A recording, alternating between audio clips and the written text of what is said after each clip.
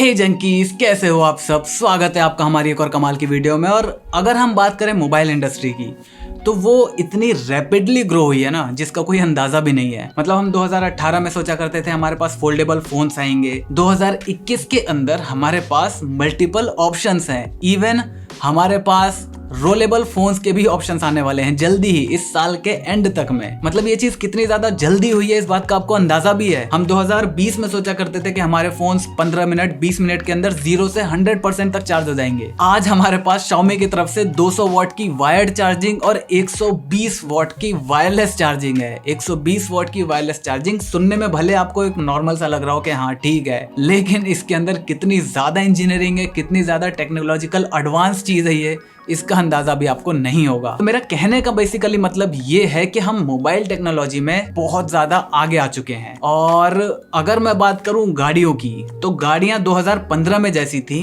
और आज जैसी हैं, उसमें कुछ खास ऐसा हमें बहुत ज्यादा डिफरेंस देखने को नहीं मिलता। अगर हम बात करें मोबाइल फोन्स के प्रोसेसर्स की, तो वो आज से 5 साल पहले कहाँ थे और आज कहाँ पहुंच चुके हैं। लेकिन अगर मैं बात करूं इंजन्स की, गाड़ियों के ट्रांसमिशन की, वो 2015 में कहाँ पे थे और आज लगभग वही है। इतना ज्यादा कोई इंप्रूवमेंट हमें ड्रास्टिकल देखने को नहीं मिला है, लेकिन ये चीज फ्यूचर में बदलने वाली है। यहाँ पर आप एक नोटिस करो पैटर्न को। 2000 से लेकर 2005-6 तक हमारे स्मार्टफोन के अंदर कुछ ज्यादा चेंज हुआ था, ड्रास्टिकल चेंज नहीं। लेकिन उसके बाद मार्केट में एंट्री होती है आईफोन की, जो अपने साथ लेकर आता है स्मार्टफोन का टर्म। और जब ये स्मार्टफोन टर्म आता है, उसी के साथ एक रेवोल्यूशन चालू हो जाता है। सिमिलरली जब इलेक्ट्रिक व्हीकल की फील्ड में टेस्ला सामने निकल कर आती है और वो अपने साथ सेल्फ ड्राइविंग स्मार्ट कार का नाम लेकर आती है, तो यहाँ पर दोबारा से एक रेवोल्यूशन चालू हो चुका है। और आने वाले कुछ सालों में हमें स्मार्ट इलेक्ट्रिक व्हीकल्स देखने को मिलेंगी, जरूर मिलेंगी। और इसी वजह से जितनी भी स्मार्टफोन मैन्युफैक्चरिंग कंपनीज हैं, like Sony, Apple, Xiaomi, Vivo, Oppo, Huawei, सारी की सारी कंपनीज इलेक्ट्रिक कार्स वाले मार्केट में घुसने की कोशिश कर रही हैं। तो आज की वीडियो में हम इसी चीज के ऊपर बात करेंगे कि क्यों ये सारी कंपनीज, स्मार्टफोन बनाने वाली कंपनीज गाड़ियों के मार्केट में घुसना चाह रही हैं, जबकि इन्हें गाड़ी बनाने का कोई एक्सपीरियंस भी नहीं है। बड़ी बड़ी टोयोटा, टाटा, आपका हुंडई, बड़ी बड़ी जायंट कंपनी है, BMW, मर्सिडीज, ऑडी, ये सारी की सारी कंपनीज कितने साल से million of billions of research में पैसा लगा चुकी हैं, अपनी R&D में लगा चुकी हैं। तो एक स्मार्टफोन बनाने वाली कंपनी डायरेक्ट इनको compete करने का सोच भी कैसे रही है। तो आज की वीडियो में इन सारी चीजों पर डिटेल में बात करेंगे। तो चलिए वीडियो को शुरू करते हैं। तो यहाँ पर अगर आप एक इलेक्ट्रिक व्हीकल को देखते हो, तो उसमें बेसिकली 4 चीजें हैं जो फ्यूचर में हमें देखने को मिलने वाली हैं। इलेक्ट्रिसिटी कि मतलब वो गाड़ी कितनी एफिशिएंट हो पाएगी बैटरी में, या फिर बैटरी से रिलेटेड, इलेक्ट्रिसिटी से रिलेटेड उसमें कोई भी एडवांसमेंट हमें देखने को मिले। दूसरी कनेक्टिविटी, मतलब वो हमारे फोन से हमारे दूसरे जो डिवाइसेस हैं उनसे कैसे कनेक्टेड रहेगी एक दूसरे से। तीसरा यहाँ पर जो इंटीरियर होता है, उसका जो स्क्रीन होता है, जो इंफोटेनमेंट सिस्टम होता है, उस पर फ्यूचर में बहुत ज्यादा ध्यान दिया जाएगा। और चौथी है सेल्फ ड्राइविंग। तो ये 4 मेन बेसिक चीज है जिसके ऊपर फ्यूचर में इलेक्ट्रिक व्हीकल्स के ऊपर ध्यान दिया जाएगा। तो आप बताओ, जो पुरानी कंपनीज हैं, Audi, Mercedes, BMW, Toyota, Tata, Hyundai, ये सारी की सारी कंपनीज ने अपना मिलियंस ऑफ बिलियंस पैसा कहाँ इन्वेस्ट किया है? R&D में। किस चीज की R&D में? कि इंजन्स को कैसे रिफाइन कर सकें, ट्रांसमिशंस को कैसे स्मूथ कर सकें, एरोडायनेमिक्स जो डिजाइन होता है उन सारी चीजों को कैसे बेहतर बनाया जा सके। तो यहाँ पर डिजाइन और एरोडायनेमिक्स में ये कंपनीज ऑब्वियसली आगे हैं, बहुत आगे हैं। लेकिन अगर मैं बात करूं इंजन की और ट्रांसमिशन की, इलेक्ट्रिक कार्स में इन दोनों की ही जरूरत नहीं है। तो यहाँ पर जितना एडवांसमेंट चाहिए होता है, कार मैन्युफैक्चरर्स के पास नहीं है। इसी वजह से इलेक्ट्रिक रेवोल्यूशन जैसे ही आ रहा है, वैसे ही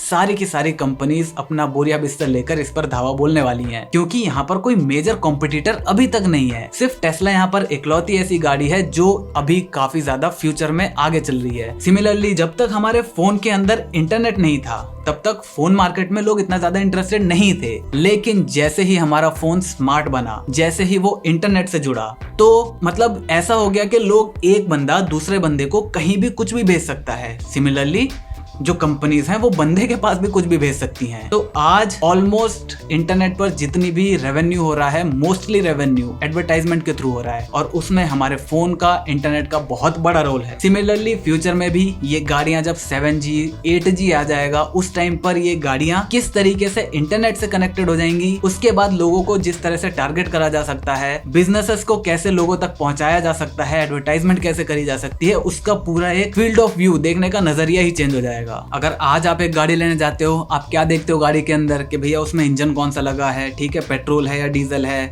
उसका डिजाइन कैसा है, उसमें जो ट्रांसमिशन है वो कैसा है, मतलब गियर लगते हैं कितने स्मूथ लगते हैं, कितने हार्ड लगते हैं, ऑटोमेटिक, मैनुअल, ये सारी दुनिया भर की दिक्कतें होती हैं, दुनिया भर की डिसीजन फैक्टर्स होते हैं आपके कार लेने के उसमें। लेकिन अगर मैं इलेक्ट्रिक व्हीकल्स की बात करूं, फ्यूचर की बात करूं, तो फ्यूचर में हमारे डिस्कशन क्या होगा गाड़ी को लेकर कि गाड़ी के अंदर कौन से मोटर्स यूज करे गए हैं, ठीक है, कौन सा उसके अंदर सॉफ्टवेयर है, वो कौन सी कनेक्टिविटी को सपोर्ट करता है, 7G है, 8G है, 9G है, यहाँ पर उसका सेल्फ ड्राइविंग एक्सपीरियंस कैसा है, उसकी रिलायबिलिटी कैसी है। मतलब कुल मिलाकर कहने का ये है कि सॉफ्टवेयर एक बहुत बड़ा डिसीजन फैक्टर बन जाएगा कि आप कौन सी गाड़ी लो। तब यहाँ पर एक और फैक्टर आ जाता है कि क्यों सारी जितनी भी मोबाइल कंपनीज हैं, मोबाइल मैन्युफैक्चरर्स हैं, वो इलेक्ट्रिक कार्स के ऊपर घुस रही हैं। तो जब गूगल ने एंड्रॉइड बना दिया तो मतलब लोगों को पता चला कि एक सॉफ्टवेयर बन गया है जिसको आप किसी भी फोन के अंदर डाल सकते हो। तो अब यहाँ पर क्वालकॉम आ गया, मीडियाटेक आ गया कि भैया एक काम करो, जो तुम्हारा सॉफ्टवेयर है उसके लिए चिप हम बना देंगे। फॉक्सकॉन एक दूसरी कंपनी आ गई, उन्होंने कहा कि भैया तुम एक काम करो, सारी जितना भी कंपोनेंट है वो सारा हमें दे दो, हम उसको तरीके से असेंबल करके तुम्हें दे देंगे। तो यहाँ पर एक फोन बनाने वाली कंपनी के पास सिर्फ दो काम रह गए अब, फोन को डिजाइन करना और फोन को मार्केट करना, उसको बेचना, किस तरीके से अच्छे तरीके से मार्केटिंग करके उसे बेचा जा सकता है। तो सिमिलरली बिल्कुल यही चीज आज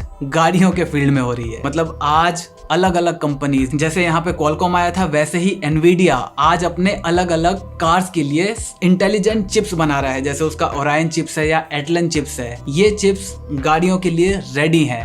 आप अपनी सेल्फ ड्राइविंग कोड्स लिखो, मतलब ये चिप लो और अपना कोड लिखो, दोनों को इंटीग्रेट करवाओ, गाड़ी के अंदर फिट करो, आपकी सेल्फ ड्राइविंग कार कंप्लीट हो गई। इवन यहाँ पर सिर्फ इतना ही नहीं, वो लोग एक हाइपेरियन नाम का फुल फ्लेज आपका मॉड्यूलर वो दे रहे हैं, जिसमें आपका मोटर्स हो गए, आपकी बैटरीज हो गई, आपके जितने भी सेंसर्स लगे होंगे गाड़ी के अंदर वो सारे सेंसर्स मिलेंगे, आपके कैमरास होंगे वो सारे कैमरास मिलेंगे, सब कुछ आपको मिलेगा। बस आपको क्या करना है, बॉडी डिजाइन करनी है, व्हील लगाना है, आपकी गाड़ी तैयार। आपको एक सॉफ्टवेयर लिखना है सेल्फ ड्राइविंग के लिए, और बाकी जो आपके ये जितने भी सेंसर्स हैं, जितने भी कैमरास हैं, उनका इनपुट कैसे लिया जाएगा, उसको कैसे प्रोसेस करा जाएगा, इसका एक सॉफ्टवेयर लिखना है। बस आपकी एक सेल्फ ड्राइविंग कार कंप्लीट हो गई। और ऑब्वियसली फ्यूचर में ये भी हो सकता है कि इंडिया के अंदर ही बैटरी बनानी भी शुरू हो जाए, क्योंकि अभी हाल ही में 2-3 दिन पहले न्यूज आई थी कि इंडिया जो है वो एल्यूमिनियम बेस्ड बैटरीज के ऊपर काम करना शुरू कर रहा है, मतलब उसकी टेस्टिंग शुरू करेगा। क्यों? क्योंकि लिथियम आयन बैटरीज को इंडिया में बना पाना काफी ज्यादा मुश्किल है, क्योंकि लिथियम के लिए हमें दूसरी कंट्रीज के ऊपर डिपेंडेंट रहना पड़ेगा, वहां से चीजें मंगाएंगे, वो ऑब्वियसली महंगी पड़ेंगी, दुनिया भर की चीज। लेकिन हमारा जो इंडिया है वो एल्यूमिनियम के ऊपर पिछले काफी सालों से बहुत सारा पैसा इन्वेस्ट कर चुका है। हम इंडिया में बहुत ज्यादा एल्यूमिनियम एक्सपोर्ट भी करते हैं,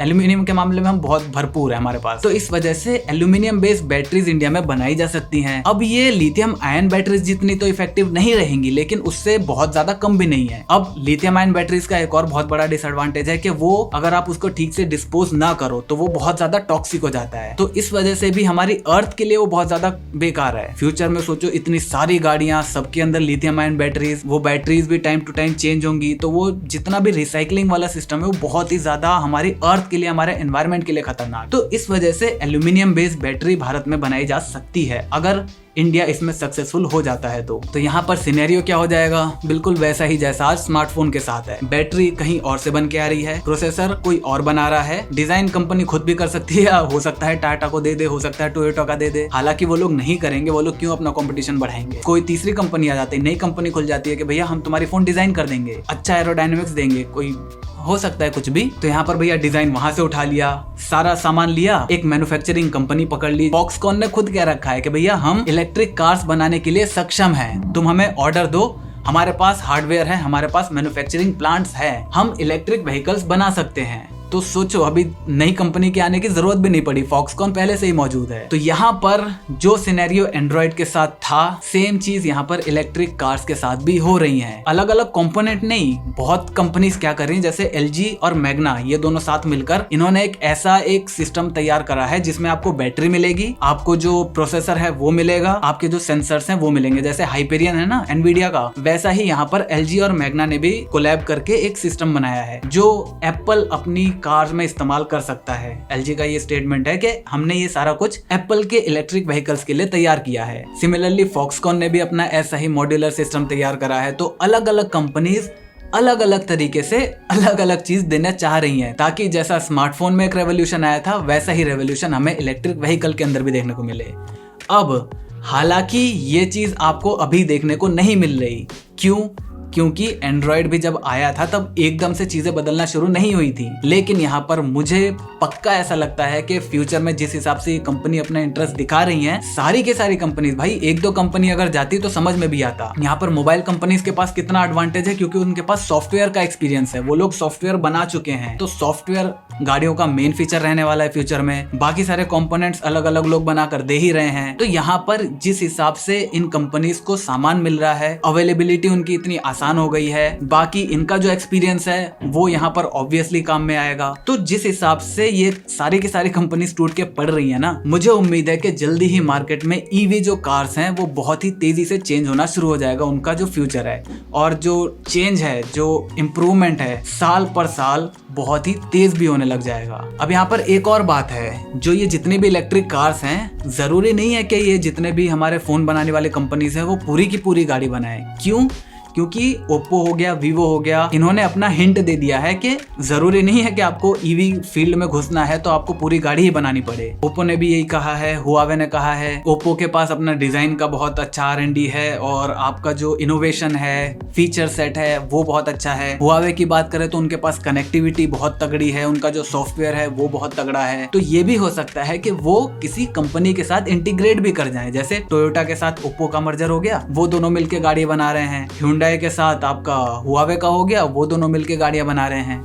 तो ऐसे करके भी ये स्मार्टफोन कंपनीज जो हैं वो इलेक्ट्रिक व्हीकल के इंडस्ट्री में घुसना चाह रही हैं। हाँ, ऑब्वियसली सोनी, एप्पल, ये जो हो गए, ये पूरी की पूरी गाड़ी बनाने के फील्ड में, मतलब उसमें तैयारी में है। लेकिन जो दूसरी चाइनीज कंपनीज हैं वो डायरेक्ट आपको गाड़ियों के मार्केट में शायद देखने को ना मिले। और यहाँ पर एक और चीज हो सकती है, आपकी जो BMW हो गई, जो ऑडी हो गई, जो आपका ये मर्सिडीज हो गई, कि आपको इसमें ड्राइविंग एक्सपीरियंस बहुत तगड़ा मिलता है, साथ ही साथ इंटीरियर जो होता है बहुत ज्यादा लग्जरी होता है। लेकिन जैसे सैमसंग, सोनी उस टाइम पर बहुत अच्छी वैल्यू प्रोवाइड करते थे, बहुत अच्छा हार्डवेयर देते थे, ओवरऑल एक्सपीरियंस बहुत अच्छा देते थे। लेकिन जैसे ही चाइनीज कंपनीज आई, उन्होंने पूरे मार्केट को तोड़ दिया। ये कंपनीज भी, मतलब समझ रहे हो क्या हो गया। सिमिलरली जब गाड़ियों के साथ ऐसा होगा, जब गाड़ियों के कंपोनेंट्स अलग अलग लोग बना रहे हैं, तो हो सकता है ऑडी ने एक कंपोनेंट कहीं से लिया, जैसे आज सैमसंग स्नैपड्रैगन कहीं से लेता है, रियलमी का जो फोन है वो भी स्नैपड्रैगन से ही प्रोसेसर लेता है। सिमिलरली ऑडी ने क्या करा या BMW ने क्या करा, एनवीडिया से प्रोसेसर लिया। ऐसे ही कोई नई कंपनी है गाड़ी की, उसने भी एनवीडिया से प्रोसेसर लिया। जो कंपोनेंट्स है सारे के सारे कंपोनेंट सेम लिए दोनों ने। अब यहाँ पर BMW के पास सिर्फ इंटीरियर को